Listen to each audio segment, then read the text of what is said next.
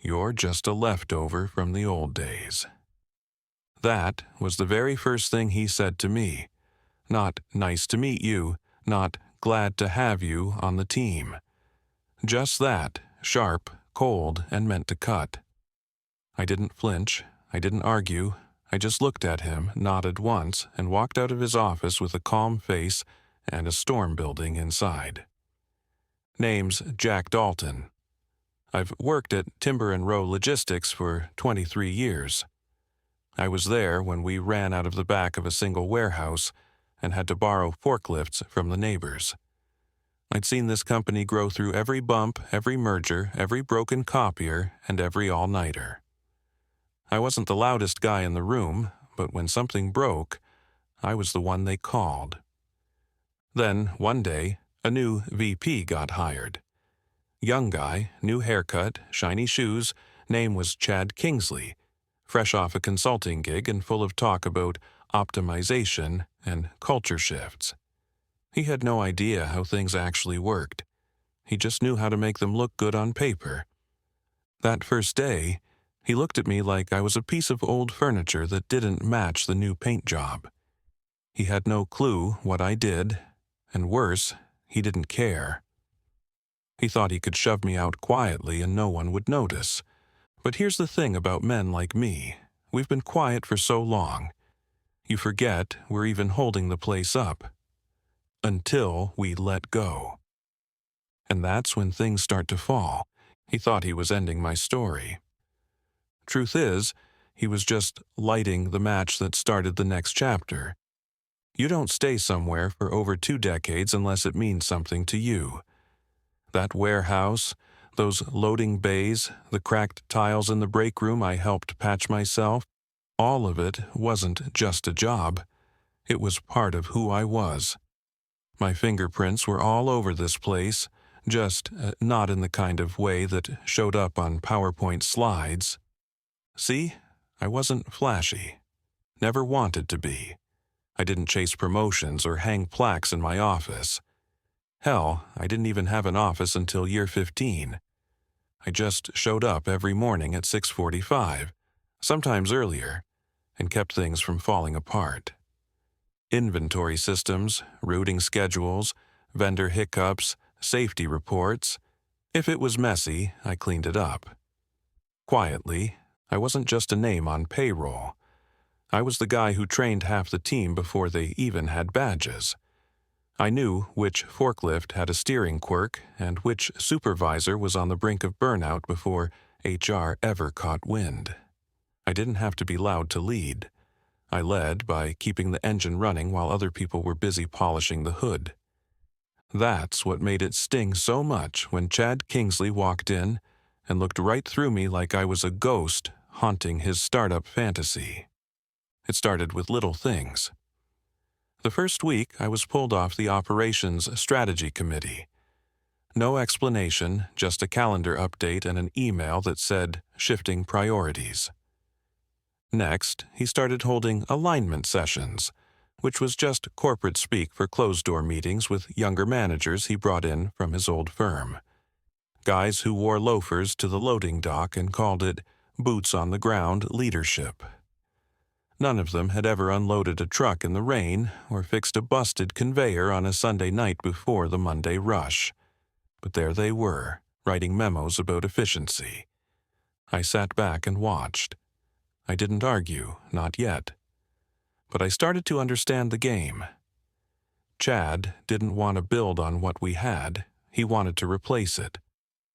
Not because it was broken, but because it didn't look shiny enough.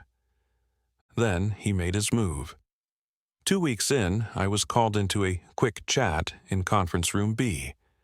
He was sitting at the head of the table, blazer still crisp, sipping black coffee like it made him older. "Jack," he said, with a smile so fake it barely moved his cheeks, "we're reevaluating some of the roles that were structured in the older model. No offense, but a lot of what you do, well, we're trying to streamline." I didn't say anything, I just let him talk. "We're not letting you go," he added quickly. "But we are restructuring your title. Senior operations coordinator is kind of outdated. We're moving you into a support specialist role. Think of it as more focused. That was the first punch. The second came when he slid a folder across the table. My new salary, a 25% cut, effective next cycle. I nodded slowly. This a performance issue? I asked, my voice calm, level. No, he said, waving his hand like that was a silly thought. Just efficiency. We're tightening up, getting leaner. He used the word lean like it was holy scripture. I stood, folder in hand, nodded once and said, "Got it." Then I walked out. Here's what men like Chad don't understand. When you treat a person like a number, you forget that numbers can grow. They can multiply. They can collapse systems when you pull the wrong one. That was the moment everything shifted. Not just for me, for the company, because I knew something Chad didn't. I knew where the bodies were buried. Not the shady kind, but the things that kept us afloat. Undocumented fixes, backdoor vendor favors, handwritten logs that filled in the blanks the software couldn't catch. I was the one who kept our biggest client happy after they almost pulled out over a shipment delay 2 years ago. I was the one who designed the patch that fixed our broken inventory scanner system when the vendor couldn't deliver on time. And I was the one who trained our night crew how to work around the auto-sorting glitch without losing time. But Chad? Chad didn't know any of that. He didn't ask. He thought he could just erase me from the picture, move some boxes around, trim the budget, and call it leadership. And here's where the stakes started to rise. Because I wasn't just fighting to keep a job. That would have been too small. I was protecting everything I'd helped build, not for myself, but for the team that still worked their backs off on the floor. The guys who came in early and left late. The ones who called me Cap, even though I never asked for it. If I stayed quiet, Chad would gut the place. He'd cut what mattered and call it streamlining. He'd hollow us out from the inside and hand the shell to the next guy up the ladder. And by the time the board figured it out, it would be too late. So I had a choice. Stay quiet and watch it all fall apart, or start building my counterplan. Not revenge, not yet, but preparation. I started collecting data, not the kind you keep in Excel sheets, but real data, photos, logs, emails. I kept records of missed shipments, delayed responses, poor vendor decisions Chad made without consulting operations. I quietly started talking to the vendors I'd known for years, warning them about upcoming changes and how they might want to hold off on new contracts. I even cleaned up my old files, made copies, updated my backup drive, and made sure that if I walked out the next day, nothing I built would be lost. And the most important part? I listened. I listened as the floor guys started complaining about mixed signals. I watched as productivity numbers dipped, and Chad kept blaming the team. I heard whispers in the break room, people wondering if they were next. Fear was spreading. Not the loud kind, but the slow, creeping kind that makes good workers go quiet and careful. And through it all, Chad still thought he was winning. He had no idea I was setting the stage. Because while he was playing checkers, I was laying out chess pieces. Slow, steady, silent. And I wasn't even close to done. The thing about being slowly pushed out is that it never starts with a clean break. It starts with the temperature rising 1 degree at a time until you don't notice you're boiling. About a week after the meeting with Chad, I came back from a site visit to find my keycard access had been changed. Not deactivated, just reassigned. I used to have full access to all 3 warehouse wings, the admin floor, and the private inventory system upstairs. Now? The scanner beeped red at the north wing, then again at the west dock. I stood there for a full minute, card in hand, listening to the same dead beep over and over again. No email, no heads up, just a silent message. You're not needed here anymore. I walked back to the main floor like nothing happened. The crew noticed, I could see it in their faces, but no one said a word. Everyone had felt the shift. That kind of tension, you can taste it in the air. It hums, it crawls, and it tells you, be careful. Next day, my calendar was cleared out. I didn't get meeting invites anymore. The department leads I used to coordinate with had new alignment protocols, whatever that meant. The weekly stand-up meeting I had run every Thursday for 6 years was now hosted by a junior analyst who barely knew the break schedules. Then came the desk move. My old corner spot on the 3rd floor, tucked near the window where I could watch shipments go in and out, was gone. When I showed up one morning, all my stuff was already boxed. No label, no explanation. Just a note taped to the screen. Facilities reassignment, see admin. They had moved me to a shared desk in the print room, right next to the buzzing copier that jammed twice a day and under the vent that made that metallic knocking sound in winter. I didn't complain. I didn't even move the boxes right away. I just stood there in the hum of machines and recycled air and thought, so, this is how it's going to be. That afternoon, Chad walked by with one of the new hires, a guy named Landon, mid-30s, tech bro smile, carried a tablet like it was welded to his hand. They didn't see me at first. They were laughing about something, probably some jargon-laced brainstorm session they had just wrapped. But when Chad did notice me, he slowed, gave that same tight-lipped smirk. "Settling in all right, Jack?" he asked. "Everything's just where it needs to be," I said. He nodded like he'd won something. That was the moment I stopped waiting for things to return to normal. There wasn't going to be a return. Chad wasn't trimming fat. He was gutting the foundation and calling it a remodel. And I wasn't just being pushed to the side, I was being erased. But here's the part he never understood. I was still watching, still listening, still tracking everything. I kept notes on the new hires. Most of them didn't stay long. One walked out after 3 weeks when a routing error caused a $40,000 shipment delay, and Chad pinned it on him. Another quit mid-shift after being chewed out for not taking initiative when the software system locked him out. Meanwhile, the crew that had stuck around, they were getting worn thin.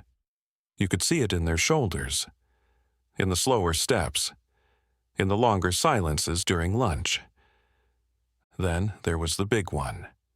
Chad brought in a third-party consultant team, 4 guys in polos with clipboards, said they were doing a full operations audit. I had seen this before. It was never about improvement. It was a setup. You send in outsiders to assess performance, then use the report to justify cuts. So I did what I always do. I prepared. I spent 2 nights in a row pulling system records, shipment logs, equipment maintenance reports. I organized them by month, color-coded everything, and backed them up 3 ways. 2 digital, 1 hard copy. I flagged every instance where decisions made by Chad's team had caused backlogs or delays, and then I filed all of it neatly away, just in case. A few days later, one of the consultants stopped me in the hallway. He was polite, maybe a little curious. "You've been here a while, right?" he asked. "Since before we had scanners," I said. He chuckled. "So, how would you rate the current leadership?" I looked him straight in the eye.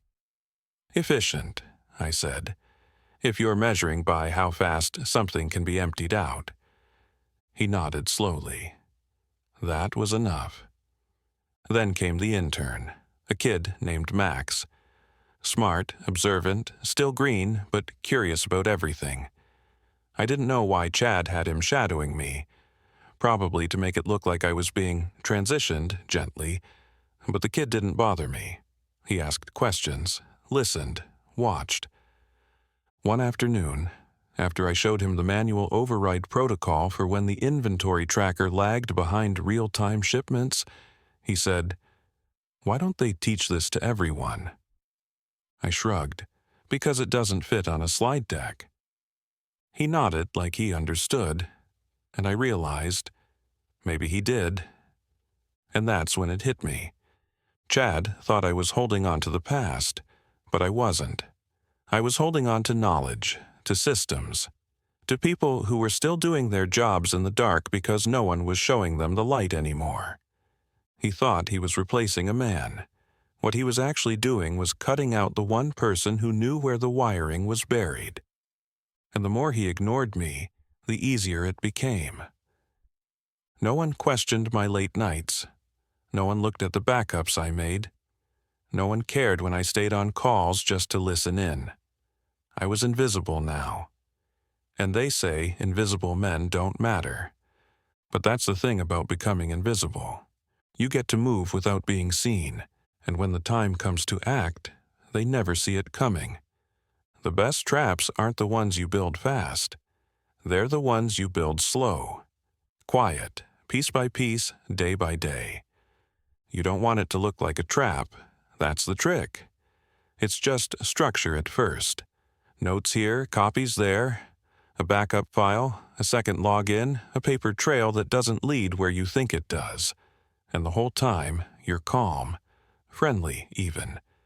You nod in meetings. You show up on time. You keep your head down and you give them no reason to worry. That's exactly what I did. I started showing up 20 minutes early. Not because I had anything urgent to do, but because the office is quieter before the lights come on. That's when you hear things. Maintenance guys talking. The IT team mumbling about outages. Early emails going out before PR can polish the language. That's where the truth hides. I'd take the long way to the coffee machine. Stop by shipping and receiving. Ask if the latest vendor file had been uploaded.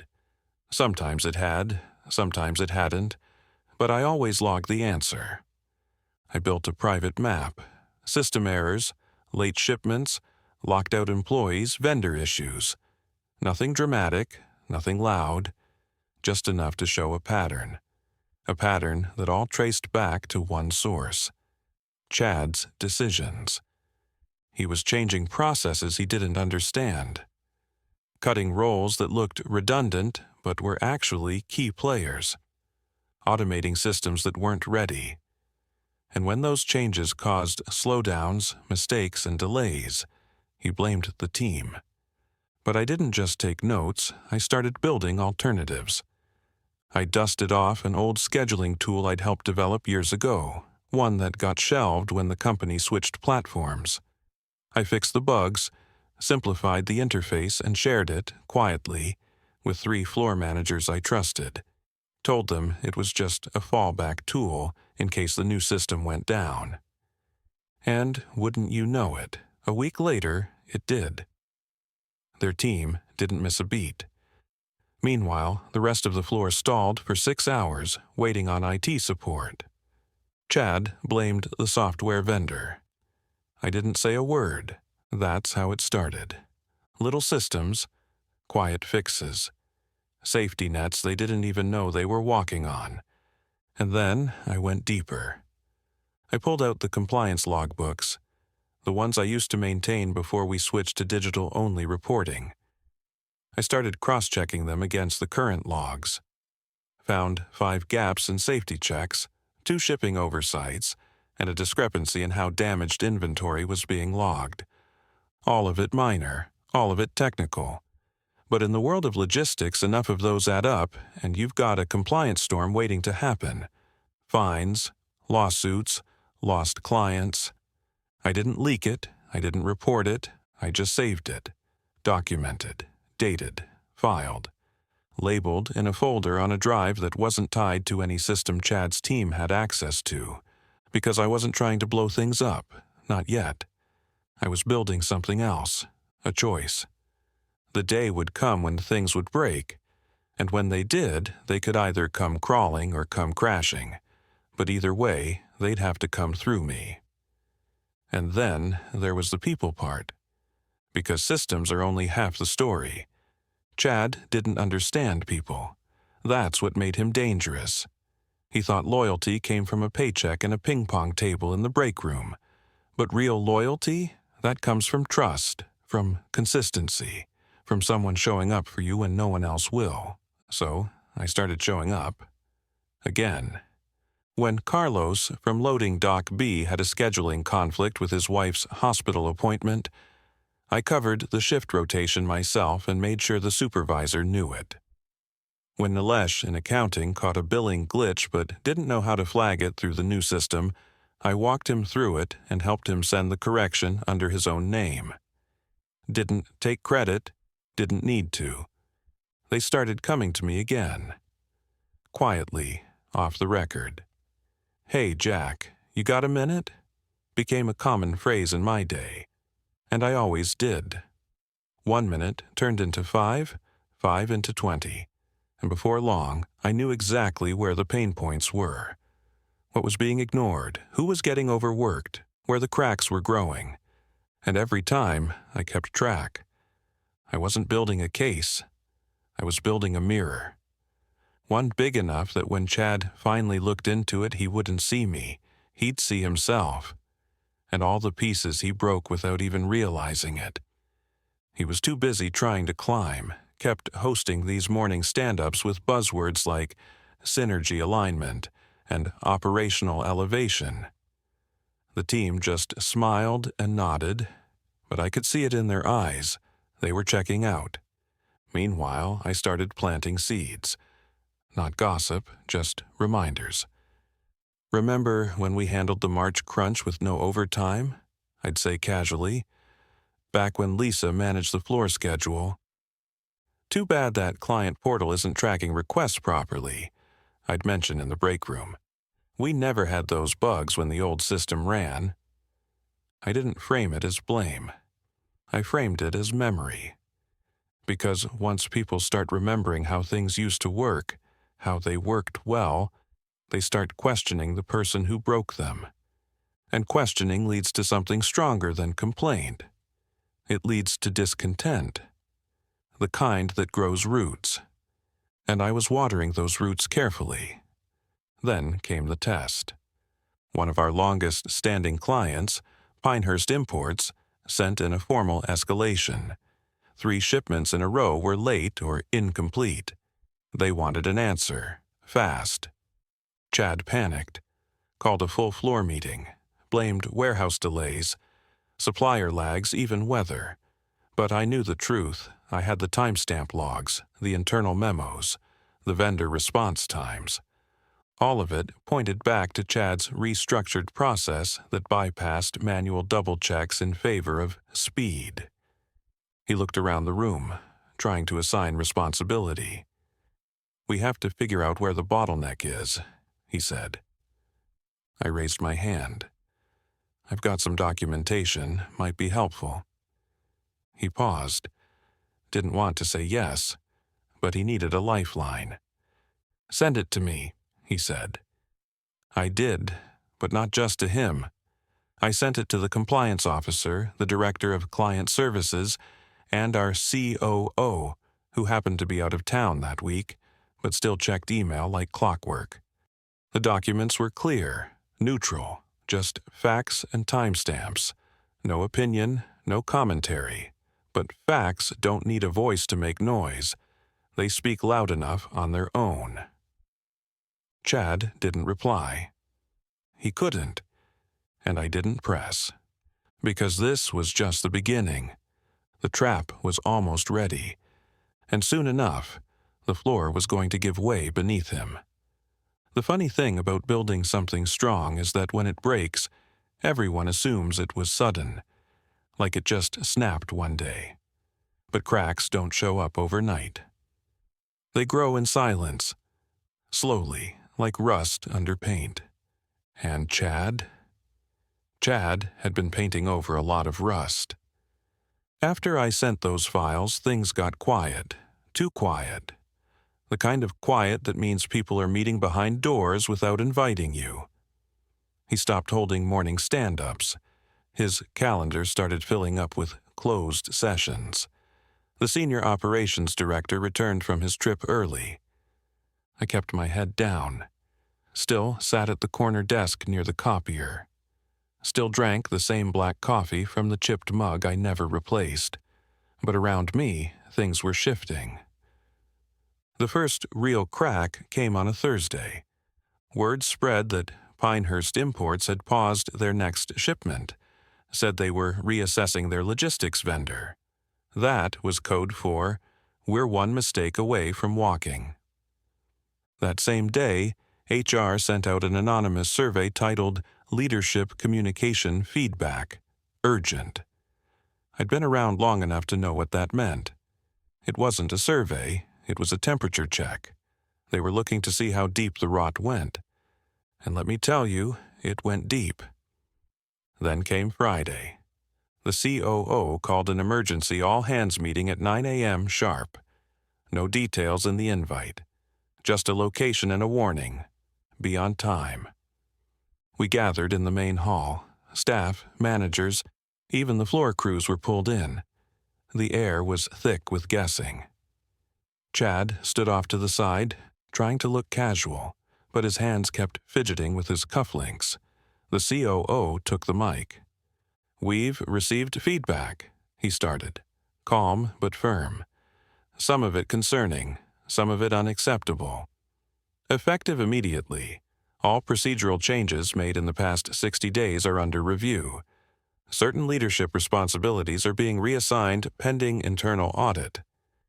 He didn't say Chad's name, but he didn't have to. The room didn't cheer. That's not how real relief sounds. Real relief is quiet, like letting go of a breath you didn't know you were holding.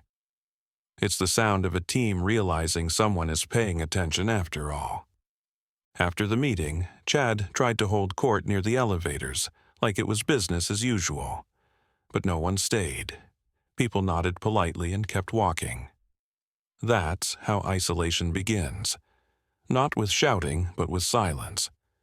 By Monday, his calendar had cleared out. He wasn't in meetings anymore. He was shadowing the operations review team, sitting in the back of the room while the systems he butchered were picked apart line by line. Tuesday morning, he wasn't in his office. Wednesday, IT removed his admin access. Thursday, a company-wide memo went out. Interim leadership structure effective immediately. Chad was reassigned to a non-decision-making advisory role, a desk, a laptop, no authority. Just like that, the man who tried to erase me became a footnote. And me? I got an invitation. Not loud, not public, just a quiet email from the COO. "Jack, I'd like to speak with you about the future. I think it's time." We met in his office. He didn't ask me to prove anything. He already knew the files, the continuity, the quiet leadership. He'd seen it all. Or more likely, someone had finally pointed it out. He offered me the role of Senior Director of Operations Strategy. Not just a title, a place at the table, full access, full trust. I didn't say yes right away. I asked for one condition. Let me build it my way. No noise, no fireworks, just results. Let me hire from within. Let me rebuild the systems using people who know how they break, not just how they look on paper. He agreed, and so I did what I'd always done. I went back to work, but this time with a team behind me, not under me. We rebuilt the inventory system, added layered backups, and restored vendor trust in a matter of weeks. Pinehurst came back. Other clients noticed. Numbers improved. Morale lifted. Not because of a new slogan, but because the ship was finally being steered by someone who knew how to read the currents. As for Chad, Last I heard, he took a consulting gig in a smaller firm out west. Maybe he learned something, maybe he didn't, but it wasn't my job to teach him. The lesson had already been written. The truth is, I didn't want revenge. I wanted restoration. I wanted to prove that people like me, the steady ones, the quiet ones, the ones who aren't climbing over others to be heard, still matter. Because we do. We're the ones who build things that last. Epilogue. Thought. I still walk the floor every day. I still drink the same bitter coffee, and I still know every corner of this place like the back of my hand. But now, when I speak, people listen. Not because I shout, but because they know I've been here, I've stood in the silence, and I kept standing when it would have been easier to walk away. So, when people ask what happened to the boss who tried to fire me, I just smile. He left, I stayed, and in the end, that's all that really mattered. Has this ever happened to you? Has someone ever underestimated you, ignored your value? Maybe you had a boss who thought they knew everything, while you were the one quietly holding everything together. Tell me in the comments. Your story might be exactly what someone else needs to hear today. I'm watching to see who speaks up, not by shouting, but by telling the truth.